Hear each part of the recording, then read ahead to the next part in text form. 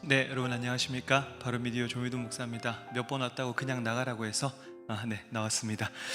어, 시학교에 여러 차례 방문을 하면서 오늘이 참 감사하고 설레이는 건 또 온라인으로만 뵙던 우리 성도님들을 또 실제로 배울 수 있어서 너무 감사하고, 또 제가 지난 몇 개월 전에 이단에 대해서 이렇게 이야기를 하면서 사실 설교도 대면용이 있고 비대면용이 있거든요.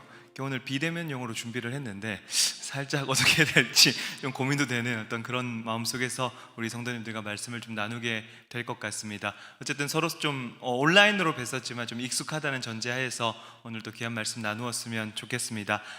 같이 말씀 한 구절을 볼 텐데요. 구약성경 출애굽기 32장 1절에서 6절까지 말씀입니다. 출애굽기 32장 1절에서 6절까지 말씀입니다. 오늘은 성경 가지고 계신 분들은 찾으셔서 덮지 마시고요, 계속 가지고 계시면 좋겠고 아마 자막도 계속 나올 테니까요, 우리 같이 한번 보면 좋겠습니다. 출애굽기 32장 1절에서 6절까지 말씀 제가 본문으로 가져왔고요, 같이 한번 한 절씩 교독해서 읽어봤으면 좋겠습니다. 제가 먼저 읽겠습니다. 백성이 모세가 산에서 내려옴이 더딤을 보고 모여 백성이 아론에게 이르러 말하되 일어나라, 우리를 위하여 우리를 인도할 신을 만들라. 이 모세 곧 우리를 애굽 땅에서 인도하여낸 사람은 어찌 되었는지 알지 못함이니라.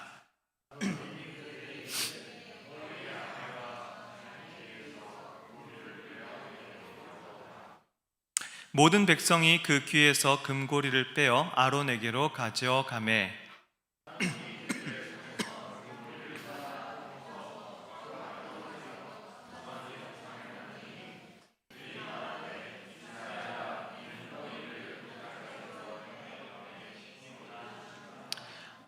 아론이 보고 그 앞에서 제단을 쌓고 이에 아론이 공포하여 이르되 내일은 여호와의 절일이니라 하니,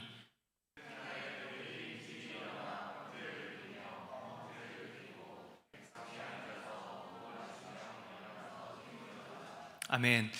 출애굽기 32장 1절에서 6절 말씀은 어쩌면 우리에게 굉장히 익숙한 말씀 중에 하나입니다. 뒤에서도 다시 설명을 드리겠지만 이스라엘 백성들이 가나안 땅으로 들어가는 그 광야의 여정에서 하나님께서 극대노하셨던 사건 중에 한 사건이 바로 이 사건이었죠.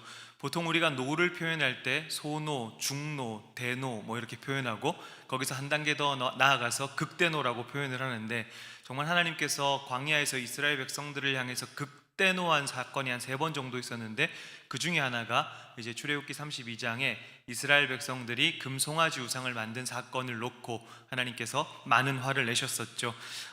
잘 아시겠지만 제가 바른미디어를 하면서 수많은 이단 탈퇴자들을 만났습니다. 그리고 신도들을 만나왔습니다. 그리고 그들이 가지고 있는 신앙을 일명 종교 중독이라고 표현하기도 하고, 때로는 보편적인 용어로 우리가 해로운 신앙이라고 많이 표현을 하는데, 그러면 도대체 어떤 것이 해로운 신앙이고, 그리고 지금 우리를 포함해서 단순히 이단 탈퇴자들, 이단 신도들을 넘어서서 우리의 신앙은 건강한가라고 하는 것을 오늘 출애굽기 32장 말씀을 통해서 한번 생각해 보길 원합니다. 자, 출애굽기 32장에 나오는 사람들은 이스라엘 백성들이죠. 그러니까 소위 말하는 모압이나 암몬이나 블레셋 같은 이방 민족이 아니라 하나님의 백성이라고 하는 이스라엘 백성들이 가졌던 신앙, 과연 이것은 건강했는가? 그리고 그때 이스라엘과 우리는 과연 다르다고 이야기할 수 있는가라고 하는 이야기를 32장을 통해서 한번 좀 생각해 보려고 하는 것입니다. 이스라엘 백성들이 애굽에서 이제 출애굽에서 광야를 거쳐서 가나안 땅을 향해서 이제 걸어가는 여정 속에 있다는 것을 우리가 잘 알고 있습니다. 그 과정 속에서 하루는 모세가 하나님의 말씀을 받기 위해서 산으로 올라갑니다. 그런데 오늘 우리가 읽었던 것처럼 산에서 내려옴이 더딘 것이죠. 그러니까 이스라엘 백성들이 아마도 모세가 눈에 보이지 않으니까 뭔가 좀 불안했던 것 같아요. 그래서 이 불안에 대해서 이제 뒤에서 말씀을 드릴 텐데, 그러다 보니까 우리를 인도할 신을 만들라라고 아론에게 이제 요구를 하게 되고, 아론은 백성의 요구대로 그 신이라고 하는 금송아지 우상을 내어놓고 이것이 우리를 인도하는 여호와다라고 이스라엘 백성들과 짝짝꿍하게 되는 것이죠. 자, 이 사건의 맥락을 한번 좀 보면서 도대체 이스라엘과 아론이 왜 금송아지 우상을 만들어 놓고 하나님이라고 했을까? 그리고 그 송아지 앞에서 번제와 화목제를 드리면서 소위 말하는 종교적 잔치를 벌였을까? 선뜻 이해가 잘 되지 않는 것이죠. 저도 제일 처음에 이 말씀을 오래전에 읽었을 때 선뜻 이해가 잘 안 됐던 것 같아요. 어떻게 하나님의 백성이라고 하는 이스라엘이 지금까지 자신들을 인도하여 준 하나님을 배신하고, 소위 말해서 이제 뒤통수를 치고 송아지를 만들어 놓고 그것을 하나님이라고 얘기하고 동시에 그 앞에서 어떻게 제사를 지낼 수 있지? 선뜻 잘 이해되지 않았던 그 행동, 도대체 무슨 생각으로 아론과 이스라엘은 이런 행동을 했을까라고 하는 것을 통해서 과연 이스라엘의 상태는 어떠했고 그 이스라엘을 바라보는 우리의 상태는 괜찮은가, 우리의 신앙은 어떠한가 라고 하는 이야기들을 좀 한번 해보려고 하는 겁니다. 이 일이 발생한 배경을 살펴보면 백성이 1절 말씀에, 우리 같이 한번 보겠습니다. 1절 말씀에 백성이, 이 부분이 중요한 것 같아요. 모세가 산에서 내려옴이 더딤을 보았습니다. 그리고 모여서 백성이 아론에게 이르되 말하여 일어나라. 우리를 위하여 우리를 인도할 신을 만들라. 이 모세 곧 우리를 애굽 땅에서 인도하여낸 사람은, 이 뒷부분이 또 중요하죠, 어찌 되었는지 알지 못함이니라. 일단 이스라엘에게 지금 문제가 발생했습니다. 자신들을 인도하여낸 모세가 지금 당장 오늘 말씀처럼 눈에 보이지 않고 생사가 불분명하다라고 본인들이 판단을 했던 것 같습니다. 즉 불확실성이 생긴 것이죠. 사실 불안이라고 하는 것, 이 불안이라고 하는 것은 항상 불확실성으로부터 오는 것 같습니다. 그러니까 불안한 마음이 생긴 거예요, 이스라엘 백성들 안에. 그러니까 자신들을 인도하여낸 모세라고 하는 절대적인 그 지도자가 당장 이제 눈에 보이지도 않고, 동시에 산에 올라갔는데 죽었는지 살았는지도 모르겠고 언제 내려오는지도 모르겠고, 이제 우리를 도대체 누가 인도하지? 라고 하는 이제 불확실성과 불안한 마음에 사로잡히게 된 것이죠. 그래서 인간이라는 게 그런 것 같아요. 항상 어떤 불확실성이 생기고 눈에 보이지 않는 어떤 불안함들이 생기기 시작할 때는 눈에 보이는 무엇으로 채우려고 하는 욕구가 나타나는 것 같습니다. 실제 그런 연구가 있더라고요. 최근에 읽었던 어떤 책에서 이런 얘기를 하더라고요. 미국의 노스웨스턴 대학에서 한 부속 대학원에서 연구를 했는데, 뇌가 이제 선택하는 능력을 크게 저하시키는 세 가지 요인이 있는데, 그러니까 뇌의 기능을 크게 저하시키는 세 가지 요인이 있는데, 하나가 어려운 난이도, 그리고 또 하나가 복잡하고 방대한 선택지, 그리고 또 하나가 뭐냐면 과도한 불확실성이라고 합니다. 그러니까 즉 과도한 불확실성이라고 생기니까 이 불확실성이라고 하는 것이 사람들로 하여금 잘못된 행동을 하게 하고 착오를 일으키게 하고 잘못된 판단을 하는 단초를 제공하게 된다라고 하는 것이죠. 아마 이스라엘도 동일한 상태에 빠지게 된 것 같습니다. 갑자기 생각하지 못했던 과도한 불확실성이 생기게 된 것이죠. 인도자 모세가 사라지게 되었고 당연히 불안할 수밖에 없었고, 이 상황에서 안 그래도 종교심이 충만했던 그들이 눈에 보이는 신을, 그죠? 모세를 대체할 눈에 보이는 신을 요구하게 되는 것이고, 그렇게 애굽에서 가장 유행했던 수소와 암소, 송아지, 하피와 하토르라고 하는 황소와 암소가 그 자리를 대신하게 되는 것이죠. 불안이라고 하는 감정은 사실상 모든 사람들이 다 겪는 감정이죠.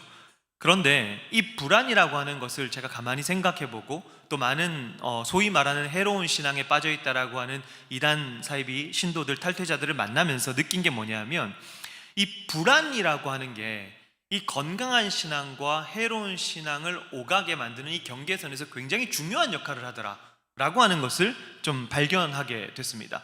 그러니까 많은 사람들이 이 말에 동의하실 것 같은데, 많은 사람들이 별로 하나님을 필요로 하지 않아요. 무슨 얘기냐면 하나님을 필요로 하는 게 아니라 종교를 필요로 하는 거죠. 종교를 필요로 하는 거. 그러니까 하나님과의 인격적인 관계나 하나님을 사랑하고 순종하는 삶이 필요한 게 아니라 지금 내가 겪고 있는 이 불안이라고 하는 것을 극복시켜 줄 수 있는 진정제가 필요한 것이죠. 제가 뒤에서도 한번 언급하겠지만 결국 그런 진정제가 필요한 사람들이 긍정의 힘 같은 것들을 좋아하고, 그런 것들이 유행했던 이유가 바로 많은 사람들이 하나님께 순종하는 삶, 헌신하는 삶, 하나님과의 어떤 인격적인 관계, 이거보다는 지금 내가 겪고 있는 과도한 불확실성과 불안함들을 극복시켜 줄 수 있는 당장 눈에 보이는 무엇, 이걸 굉장히 추구하게 되는 것이죠. 제가 일전에도 강의 때 말씀드렸지만 코로나 상황에서 전 세계적으로 제일 유행했던 게 이제 종말이었다라고 말씀드렸습니다. 그럴 수밖에 없는 게 유례없는 전염병, 기후위기, 도처에서 들려오는 전쟁의 소식들, 그리고 경제 침체까지 이어지게 되면서 많은 사람들이 불안할 수밖에 없고, 그런 사람들의 불안함들을 이용하여 종말을 통해서 공포심을 조장하는 이런 캐모군 수법이 계속해서 유행했다는 것을 우리가 확인할 수 있었던 거죠. 그래서 지난 미국 같은 경우도 지난 2년, 3년 동안 가장 많은 설교의 주제가 종말과 부활이었다라고 합니다. 그만큼 많은 사람들이 환경적 영향을 받을 수밖에 없고 그런 환경 속에서 살아가는 모습들을 우리가 확인할 수 있는 것이죠. 그러니까 이스라엘 백성들이 당장 눈에 이 모세가 보이지 않는다고 해서 원래 이스라엘 백성들이 바라보아야 되는 것 자체가 모세도 아니었고, 이스라엘 백성들이 지금 여정 속에서 이스라엘 백성들의 마음과 그들의 동기와 그들이 계속해서 지향해서 바라봐야 될 지점은 하나님께서 약속하신 가나안 땅이기 때문에 모세의 유무와 상관없이 그들이 계속해서 바라보고 지향해야 될 것은 가나안 땅이었던 거죠. 그런데 그들은 눈에 보이는 모세라고 하는 존재 때문에 발목 잡히게 되는 것입니다. 근데 이게 딱 이단들의 모습이에요. 사실은 이단들이 보면, 자, 이단들의 수뇌부가 항상 어떻게 합니까? 신도들에게 불안감을 조성해요. 구원을 가지고 불안감을 조성하죠. 그래서 이단들 같은 경우는 보면 항상 구원받는 숫자가 정해져 있잖아요. 14만 4천이라고 해서. 그래서 세상에서 제일 억울한 사람이 14만 4천 1등이 되도록 만드는 거죠. 그러니까 그런 어떤 불안감들을 조성해서 맹목적인 충성을 이끌어내고, 신도들은 그 불안감을 극복하기 위해서 열심을 내고, 그렇죠? 그러니까 수뇌부는 신도들로 하여금 계속해서 불안감을 조성해서 맹목적인 충성을 이끌어내고, 신도들은 불안하니까 그 불안함을 극복하기 위해서 충성을 하고, 이게 양박자가 맞아지는 게 바로 이단들의 모습인데, 가만히 생각해 보면 그런 어떤 이단적인 신앙이나 해로운 신앙이나 이런 것들은 불안이라고 하는 것을 내 의지로 극복하려고 합니다. 내 의지로. 그런데 결코 이 불안이라고 하는 것이 내 의지로 극복되는 것이 아니라는 것을 우리가 알 수 있죠. 사실 세상적인 여러 가지 방법들이 있습니다. 우리가 운동도 하고, 제가 운동해서 지금 13kg를 뺐거든요. 지난번 영상의 모습이랑 조금 다르죠. 이럴 땐 할렐루야도 해주시고 아멘도 해주셔도 됩니다. 네, 굉장히 기쁜 일이잖아요, 그렇죠? 13kg 뺐으니까 얼마나 제가 요즘에 본 어게인을 경험하고 있어요. 4kg 남았는데, 어쨌든 그렇게 해서 운동도 하고 명상도 하고 내가 좋아하는 일에 집중도 해보고, 근데 그것이 진정한 불안을 극복하는 방식으로까지 이어지지 못한다는 것을 우리가 너무나 잘 알고 있습니다. 제가 최근에 이제 유튜브에 바른미디어에 올렸어요. 우리 시학교회 성도님들은 다 바른미디어 유튜브 구독자인 줄로 믿어 의심치 않습니다. 아니시라면 나가실 때 구독, 좋아요, 알람 설정 꼭 하시고요. 어쨌든 어떤 이 코로나 2년 동안 저희가 제일 많은 상담을 했던 게 불안을 조장해서 공포심을 조장하는 그런 어떤 종말론, 이렇게 안타깝다라고 생각하면서 제일 많이 묵상했던 말씀이 제가 제일 좋아하는 말씀이기도 한데, 베드로후서 3장 13절이거든요. 베드로후서 3장 13절. 이게 오늘 이스라엘 백성들의 모습하고 되게 오버랩이 많이 됐어요. 우리 같이 한번 읽어볼까요? 시작. 우리는 그의 약속대로 의가 있는 곳인 새하늘과 새 땅을 바라보는도다. 우리는 그의 약속대로 의가 있는 곳인 새하늘과 새 땅을 바라보는도다. 자, 우리는 바라보는 자들인데, 그러니까 이스라엘 백성들이 바라봐야 될 게 모세가 아니었다라는 거예요. 그러니까 이스라엘 백성들이 바라봐야 될 것은 모세가 아니라 하나님께서 약속하신 가나안 땅이었다는 거죠. 그러면 거기 머물지 않았을 겁니다. 금송아지 우상을 만들 이유도 없는 거예요. 불안할 이유도 없는 것이고요. 왜? 정확하게 자신들이 가야 될 목표 지점이 있는데,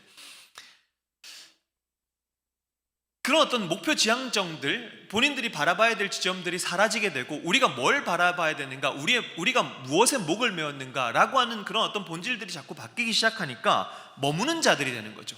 바라는 자가 아니라 머무는 자가 되기 시작하는 겁니다. 목적지가 분명히 있는데 목적지를 모르니까 불안하고 안주하고, 때로는 여기서 영원히 살 것처럼 살아가는 거죠. 그러니까 불의가 생기고 우상을 낳고 정의가 파괴되는 일들이 벌어지게 되는 것입니다. 저는 이 말씀이 우리는 그의 약속대로 의가 있는 곳인 새하늘과 새 땅을 바라보는도다, 이 약속의 말씀이 우리의 불안을 극복시켜 주기를 간절히 소망하는 것입니다. 왜냐하면 우리는 바라보는 자들이고, 무엇을 바라보냐 하면 모든 것이 재창조되는 새 하늘과 새 땅인데, 그곳은 더 이상 이 땅에서 있는 어떤 억압과 착취와 불의함이 없는 의가 있는 곳이고, 그 의가 있는 곳을 우리가 바라보는 이유는 우리의 신념과 우리의 맹신 때문이 아니라 그것이 하나님의 약속이기 때문인 것이죠. 이 말씀이 우리의 불안을 떨쳐주기를 원하고요, 현실을 보면 정말 짜증나고 답답하고 무기력해지는데 정말 우리가 그리스도인이라면 그의 의가 있는 새하늘과 새 땅을 약속하셨으니 이것이 우리의 소망이 되기를 소망하는 겁니다. 출애굽기 32장의 이스라엘 백성들이 아마도 가나안을 바라보면서 가나안을 바라보는 신앙이었다면 그것에 머물면서 금송아지 우상을 만들지는 않았을 것입니다. 우리의 모습은 어떠한가를 다시 한번 생각해 보게 되는 것이고요, 또 하나 우리가 생각할 수 있는 구절이 빌립보서 4장 6절 7절 말씀인데 제가 한번 읽어보겠습니다. 아무것도 염려하지 말고 다만 모든 일에 기도와 간구로 너희 구할 것을 감사함으로 하나님께 아뢰라. 그리하면 모든 지각에 뛰어난 하나님의 평강이 그리스도 예수 안에서 너희의 마음과 생각을 지키시리라. 성령께서 우리의 마음과 생각을 지켜주시기를 소원하는 것이죠. 저는 장로교 신학을 공부를 했지만 침례 교도들이 사용한 단어를 굉장히 좋아합니다. 어떤 단어였냐면 영원한 안전, 영원한 안정이라고 표현하기도 하고요, 영원한 안정. 그리스도 안에 있으면 영원히 안전하다. 스펄전 목사님이 그렇게도 강조했던 말씀이었죠. 예수 그리스도 안에서 영원히 안전하다. 혹 이스라엘 모습처럼 우리가 왜 그런 열심들을 내고 있는가라고 하는, 왜 우리가 이 자리에 앉아 있는가라고 하는 것들에 대한 계속된 점검들이 있기를 이 말씀을 통해서 다시 한번 생각해 보기를 간절히 소원하는 것이죠. 자, 계속해서 우리가 본문을 살펴보면서 단순히 머물렀던 그 이스라엘 백성들의 해로운 신앙을 넘어서서 또 다른 해로운 신앙의 단면들을 한번 좀 생각해 보길 원하는데요.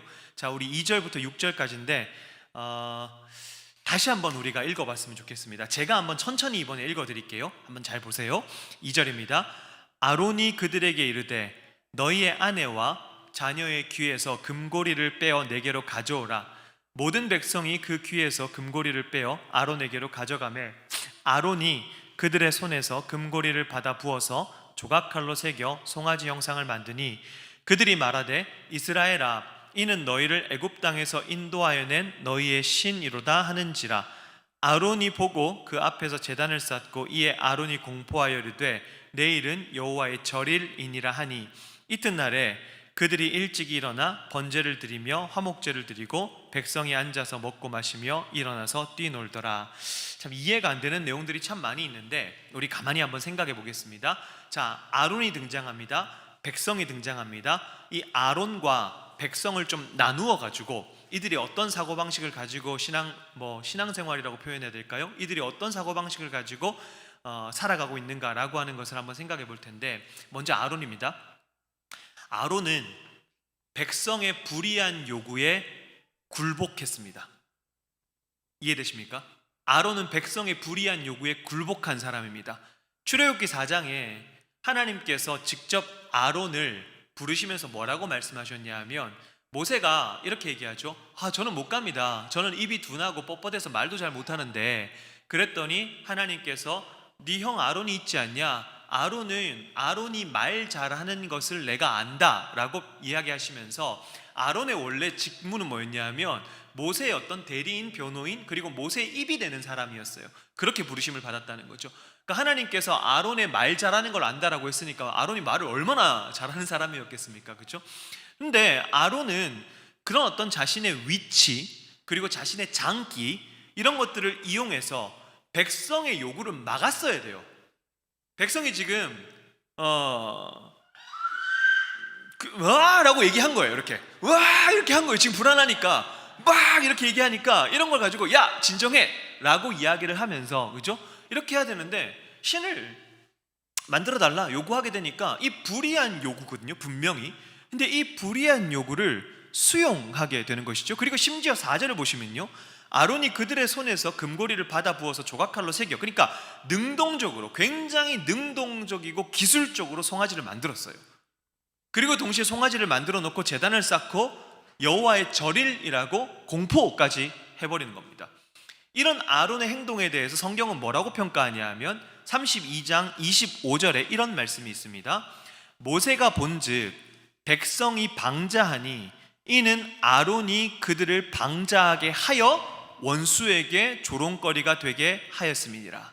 백성이 방자하다, 이 방자하다는 말은 백성이 제멋대로 행동했다 이 얘기거든요. 백성이 제멋대로 행동했는데 이게 왜 그러냐면 아론이 백성으로 하여금 제멋대로 하도록 만들었다는 얘기예요. 백성은 불의한 요구를 했고 아론은 그 불의한 요구를 거절해야 되는 위치에 있었음에도 불구하고 그 불의한 요구를 순수하게 받아들이게 됩니다. 아론은 백성의 입맛에 맞는 신을 만들어냈는데 단순히 송아지를 만든 것이 아니라 이걸 하나님을 형상화한 거죠. 하나님을 형상화한 것. 이스라엘은 이 송아지라고 하는 우상을 하나님을 형상화한 것으로 이해했습니다. 그러니까 하나님을 만든 거거든요. 이게 문제였던 거죠. 이스라엘이 우리를 인도할 신을 만들라라고 했을 때 아론의 역할은 그죠? 버젓이 하나님이 살아계신다라고 책망을 해야 되는데 이 요구를 그대로 수용하게 되는 것이죠. 오늘날 교회가 많이 떠올랐습니다. 오늘날 많은 교회에서 복음과 죄에 대한 어떤 가르침들이 압도적으로 많이 줄어든 이유는 너무나 명백하게도 사람들이 그걸 싫어하기 때문에 그렇습니다. 사람들이 그런 가르침을 좋아하지 않습니다. 바울이 로마서 1장과 2장과 3장을 통해서 정말 공들여 했던 게 뭐냐면 인간을 정죄하는 겁니다. 모든 인간은 죄인이고 하나님 앞에서 심판을 받아야 된다라고 하는 하나님 앞에 심판대로 로마서 1장, 2장, 3장을 통해서 계속해서 정죄의 자리로 인간을 탁 데리고 들어오죠. 근데 오늘날 사람들은 그걸 싫어해요. 당연히 싫어하죠. 물론 하나님의 속성은 한쪽으로 치우쳐지지 않습니다. 위로하시는 하나님도 맞고 사랑의 하나님도 맞고 공의의 하나님도 맞지만 과연 어떤 것에 치우쳐져 있는 오늘날 많은 교회에서 가르쳐지는 압도적인 가르침들이 어떤 가르침인가라고 우리가 조금만 살펴보고 분석해 본다면 쉽게 결론을 내릴 수 있는 것이죠. 의도적으로 정죄하라는 뜻이 아닙니다. 우리가 전하는 메시지가 타협이 없고 우리가 전하는 복음에 타협이 없어야 된다라고 하는 이야기인 것이죠. 잠언 29장 25절에 보면 그런 말씀이 있습니다. 잠언 29장 25절에 보면요 이런 말씀이 있습니다. 사람을 두려워하면 올무에 걸리게 되거니와 여호와를 의지하는 자는 안전하리라 라는 말씀이 있는 거죠. 아론은 타협했습니다. 그래서 금송아지 우상을 만들었고요 취향대로 하나님을 창조했습니다. 창조했다, 만들었다, 이 얘기는 뭐냐면 결국 내가 스스로 그것을 통제할 수 있다라는 이야기거든요. 내가 통제할 수 있다는 의미이죠. 하나님은 그렇게 축소되어 버리고 말았습니다. 아론이 지도자였다고 해서 이 이야기가 결코 오늘날 목회자들이 1차적이겠지만 목회자들에게만은 해당되는 사항은 아니라고 저는 생각을 합니다. 우리가 유불리할 때 만인제사장식을 쓰는데 많은 사람들이 타협하고 그래서 그릇된 교리를 만들고 복음을 축소하고 왜곡하고 사람들이 좋아할 만한 메시지로 바꿨죠. 아까 말씀드렸죠. 조엘 오스틴 같은 사람들이 탄생하는 이유가 바로 여기에 있는 것입니다. 조엘 오스틴이 왜 유행했습니까? 그가 이야기하는 그의 아버지로부터 시작한 믿음의 말씀 운동이라고 해서 예수 믿으면 부자가 됩니다. 예수 믿으면 가난하지 않습니다. 예수 믿으면 심지어 마트에 들어갔는데 주차 자리까지 보장이 되어 있습니다. 이런 얘기까지 하는 거거든요. 가난과 질병은 저주이고 그리스도인들에게는 일어나지 않는 일입니다 라고 이야기하는 가르침이 전 세계에서 가장 큰 교회를 만들어낸 가르침이 되어버렸다는 거죠. 왜요?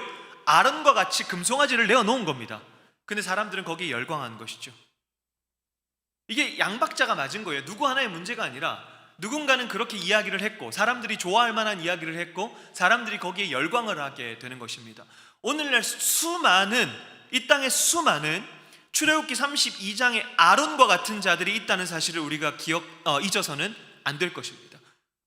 우리가 해야 될 일은 오늘날 출애굽기 32장의 아론과 같은 자들이 전하는 메시지를 분별하고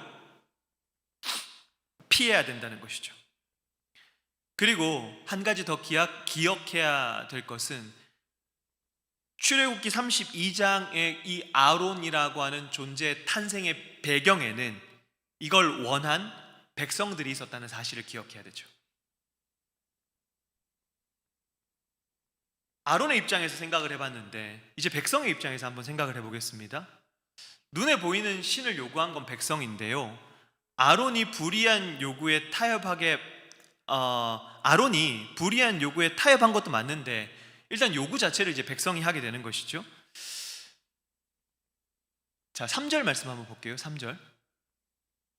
모든 백성이 그 귀에서 금고리를 빼어 아론에게로 가져가매. 여러분 뭔가 이상하지 않습니까?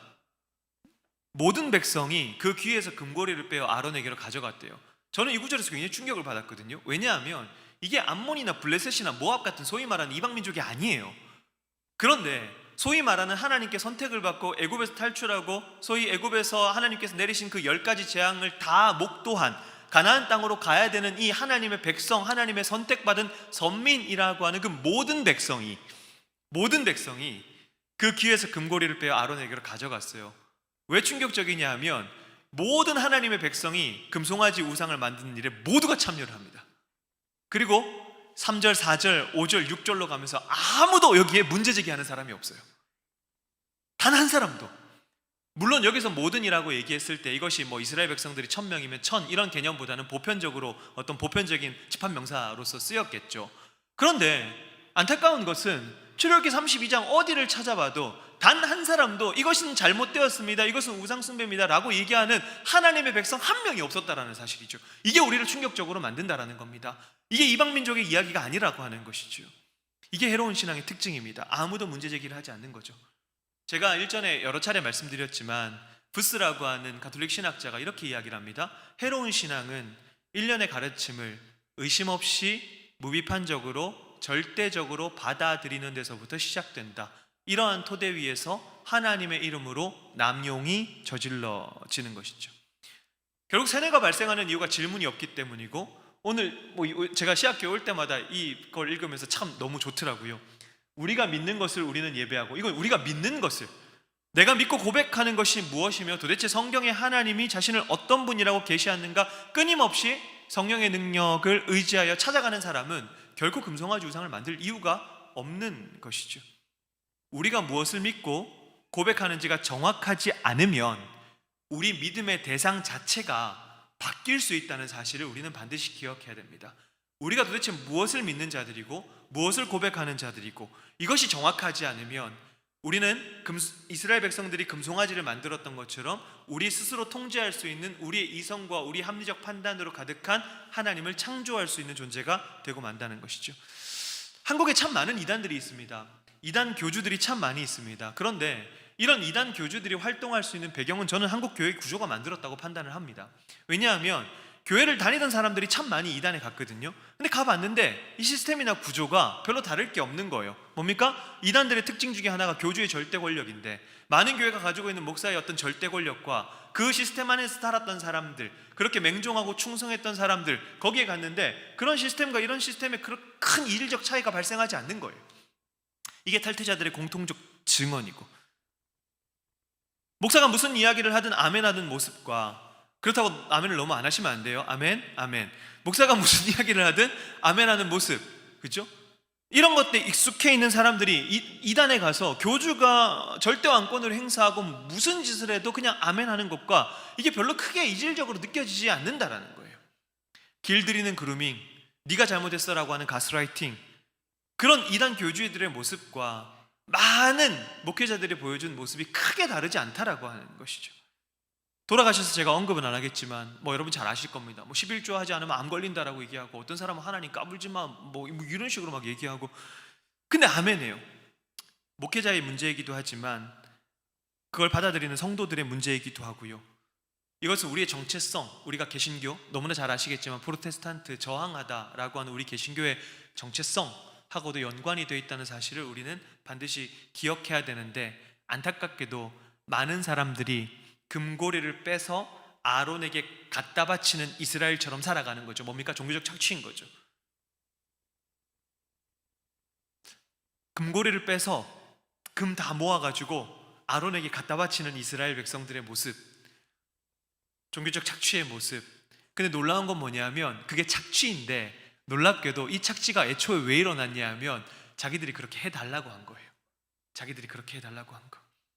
저는 많은 이단 탈퇴자를 만나면서 느낀 게 뭐냐면, 사람이라고 하는 존재가 진짜 믿고 싶은 걸 믿는 존재이구나 라고 하는 걸 많이 느껴요. 일제로 이제 이걸 좀 자세하게 설명하려면 시간이 많이 가겠지만, 제가 신천지 탈퇴자나 하나님의 교회 탈퇴자나 이런 분들을 좀 만나보면 색깔이 조금씩 달라요. 신천지가 믿고 지향하는 것, 하나님의 교회가 믿고 지향하는 것, 뭐 JMS가 믿고 지향하는 것 조금씩 다 다르거든요. 그런데 정말 그런 어떤 인간 깊숙이 내면 속에 있는 그런 욕구들이 조금씩 다 다르더라고요. 근데 신천지는 신천지인대로 공통점이 있고, 하나님의 교회는 하나님의 교회도 공통점이 있고, JMS는 또 JMS대로 공통점이 있고, 그걸 제가 보면서 아, 그렇구나. 사람이라고 하는 존재는 무슨 이유 때문이건 간에 어느 정도 자기가 믿고 싶은 걸 믿는, 그런데 그 과정 속에서 어떤 합리적 판단이나 이성적 판단이나 체계적 가르침 없이 그냥 맹신하게 될 때, 아, 이게 해로운 신앙으로 빠져질 수 있는 거구나 라고 하는 것들을 많이 느끼게 되는 것이죠. 결국 무지라고 하는 것이 맹신으로 이어지고, 그것이 우리의 신앙을 해롭게 한다는 것을 경험하게 되는 것입니다. 자, 계속해서 5절과 6절 한번 보겠습니다. 5절, 아론이 보고 그 앞에 제단을 쌓고 이에 아론이 공포하여 이르되 내일은 여호와의 절일이니라 하니. 6절, 이튿날에 그들이 일찍 일어나 번제를 드리며 화목제를 드리고 백성이 앉아서 먹고 마시며 일어나서 뛰놀더라. 종교적 열심을 냈어요, 이스라엘 백성들이. 번제, 화목제, 그렇죠? 근데 여기 뛰놀다라고 하는 말을 보통 이제 학자들이 성적인 문란함, 이방신의 어떤 제사, 성적인 문란한 의미를 담고 있다라고 하는데, 결국 뭐냐면 잡탕이 된 거예요. 지금 번제도 드리고 화목제도 드리고 막 성적인 어떤 문란한 일들도 벌어지고, 이게 완전히 잡탕이 벌어진 거죠. 근데 진짜 문제는 뭐냐 하면, 이걸 하면서 이 사람들이 무슨 생각으로 이걸 했을까요? 이스라엘 백성들이 번제 드리고 화목제 드리고 막 성적인 문란함들이 일어나는데, 제가 감정이입을 한번 해봤어요. 이스라엘 백성들은 무슨 생각으로 이러고 있었을까? 근데 이스라엘 백성들은 너무나 명백하게도 우리는 종교적 열심을 내었다라고 생각을 했을 거예요. 왜냐하면 아론이 이 날을 뭐라고 얘기했냐면 여호와의 절일이라고 얘기를 한 거예요. 절일, 명절, 국경일, 기념일. 아론이 판을 깔아준 거예요. 여호와의 절일이라고. 그러니까 번제와 화목제와 성적인 문란함들이라는 잡탕이 벌어졌어도 이스라엘 백성들은 뭡니까? 이것을 종교적인 열심이라고 생각을 했을 거라는 거죠. 이걸 보면서 정말 제발 나의 예배가, 우리의 예배가, 우리의 삶이 이렇게 되지 않기를 소망합니다. 이들은 종교적 열심을 낸다고 착각했겠죠. 근데 하지만 정확하게 표현하면 자기가 뭘 하는지 몰랐던 거죠. 마치 예수님께서, 그렇죠? 자신을 정죄하고 자신을 십자가에 못 박는 자들을 향해서 저들이 뭘 하는지 모릅니다 라고 말씀하셨던 것처럼, 그리고 마치 우리가 신천지나 하나님의 교회나 이런 사이비 종교 신도들이 막 열심을 내고 대형 행사를 하는 거 보면서 자기들끼리 막 축제를 벌일 때 저 불쌍한 사람들, 쟤네들은 지금 자기들이 뭘 하는지도 몰라 라고 이야기하는 것처럼, 정말 하나님께서는 우리의 삶과 우리의 예배를 보실 때 쟤네들 지금 뭘 하는지도 모르고 저러고 있네 라고 하는 말씀을 하시지 않도록 우리의 예배가 정말로 하나님 앞에서 온전하게 세워지길 소원한다는 것이죠. 여러분, 구약의 선지서들을 보면 하나님께서 일관되게 하신 말씀이 있습니다. 구약의 선지서들을 쭉 살피시면 일관되게 제발 내 앞에서 제사상 좀 치우라는 거죠. 번제와 화목제 내 앞에서 제발 좀 치우라. 제사를 만드시고 제사를 사랑하셨던 하나님이 치우라라고 얘기하시는데, 왜요? 뭐 하는지도 모르는 채로 이스라엘 백성들이 제사를 더럽혔기 때문에 그렇죠. 우리가 그렇게 되지 않기를 원합니다. 그래서 우리가 생각할 것은 우리가 제대로 된 길을 걷는가에 대한 분별이 필요한 거죠. 마치 요한일서 4장 1절 말씀처럼 사랑하는 자들아 영을 다 믿지 말고 오직 영들이 하나님께 속하였나 분별하라. 왜요? 많은 거짓 선지자가 이 땅에 나왔기 때문인 것이죠. 특별히 여러분, 교회는 잘 아시는 것처럼 한 성령 안에서 한 신앙을 고백하는 사람들, 그래서 우리는 이질적인 가르침들을 분별할 수 있어야 되고요, 이 분별할 수 있는 힘은 당연히 말씀에서 나오는 것이죠. 요한일서 4장 1절에 나오는 분별하라라고 하는 이 분별이라고 하는 단어 자체가 이 그리스 로마 사회에서 어떤 물건이 진짜인지 가품인지를 확인할 때, 이게 진품이냐 가품이냐라고 분별할 때 쓰는, 이게 진짜이냐 가짜이냐, 과연 이것이 진짜 하나님의 말씀이냐, 마치 하나님의 이름을 걸쳐놓고 저 여호와의 절일이라고 얘기하고 번제를 드리고 화목제를 드리고 막 난리법석을 부리는데 이게 정말 하나님께서 기뻐하시는 제사인가 라고 분별할 수 있는 그 분별력.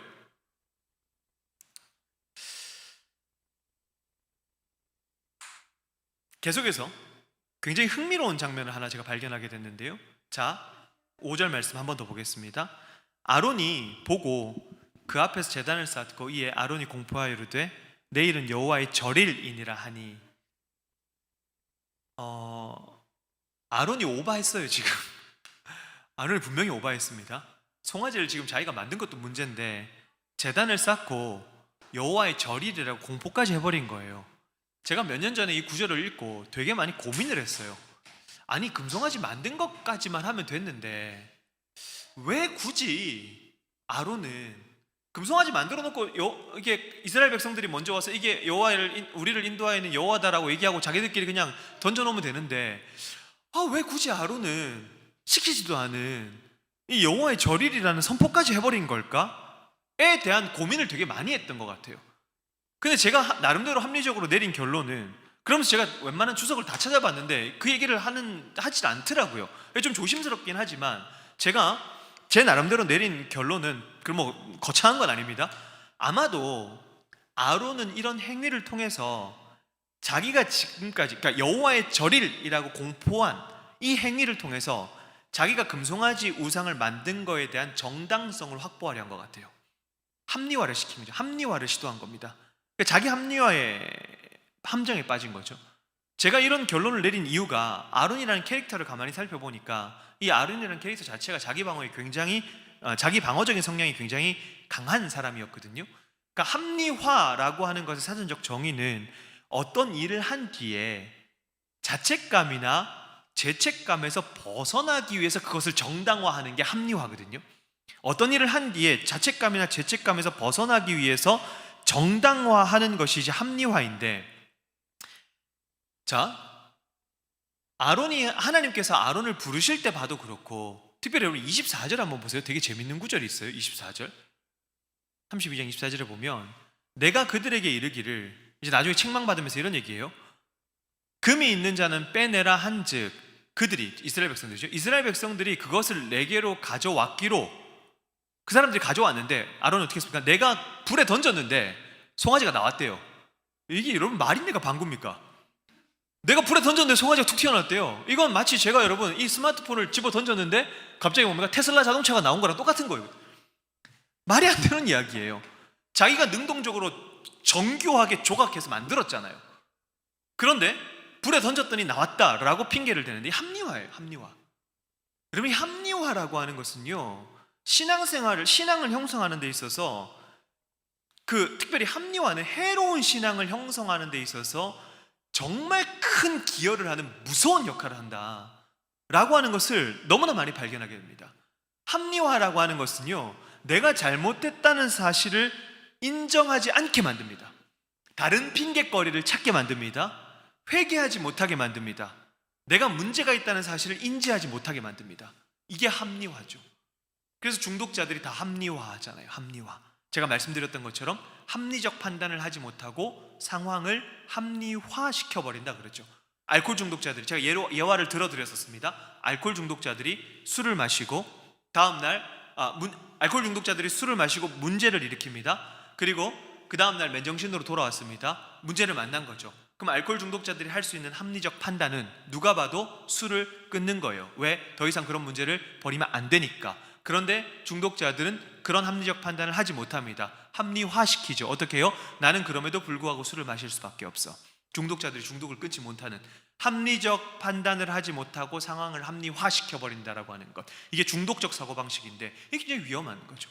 말씀드렸던 것처럼 내가 잘못했다는 사실을 인정하지 않고 핑계거리를 만들고 회개하지 못하게 방해하고 내가 문제가 있다는 사실을 인지하지 못하게 만드는 것, 이게 합리화. 그래서 굉장히 위험한 겁니다.